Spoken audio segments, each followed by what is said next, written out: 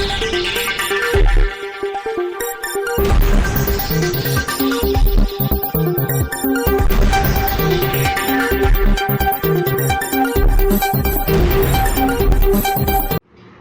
દર્શક મિત્રો, આપ જોઈ રહ્યા છો શ્રી સમાચાર। નોબેલ ગ્રુપ ઓફ ઇન્સ્ટિટ્યૂટે મહિલા અધ્યયન નિમિત્તે એક ભવ્ય અને ઉદ્ભાવનાત્મક કાર્યક્રમનું આયોજન કર્યું છે। મહિલાઓની શક્તિ, સંવેદના અને પ્રેરણાનું પ્રતિબિંબ બની રહું। ઇન્સ્ટિટ્યૂટના પ્રમુખ શ્રી એ માથવાણી સાહેબના માર્ગદર્શન હેઠળ કાર્યક્રમ સફળતાપૂર્વક યોજાયો।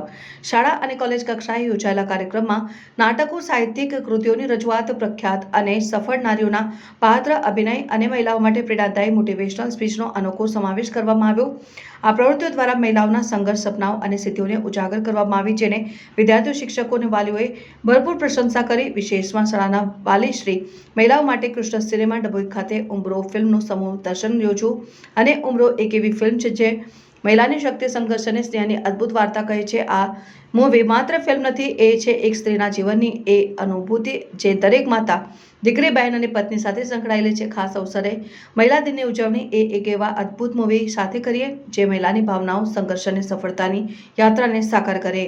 આ ભવ્ય આયોજન દ્વારા નોબેલ ગ્રુપ ઓફ ઇન્સ્ટિટ્યૂટે સાબિત કર્યું કે શિક્ષણ ફક્ત પુસ્તકો પૂરતું જ નથી, પરંતુ જીવન મૂલ્યો, લાગણીઓ અને સ્વ ઓળખનો અમૂલ્ય પાઠ પણ ભણાવે છે। શ્રી એ માથવાણી સાહેબના મજબૂત નેતૃત્વ અને દ્રઢ દ્રષ્ટિએ આવા પ્રેરણાદાયી કાર્યક્રમો શક્ય બન્યા છે। રિપોર્ટર મિત માછી, શિનોર સમાચાર ન્યૂઝ, ડભોઈ।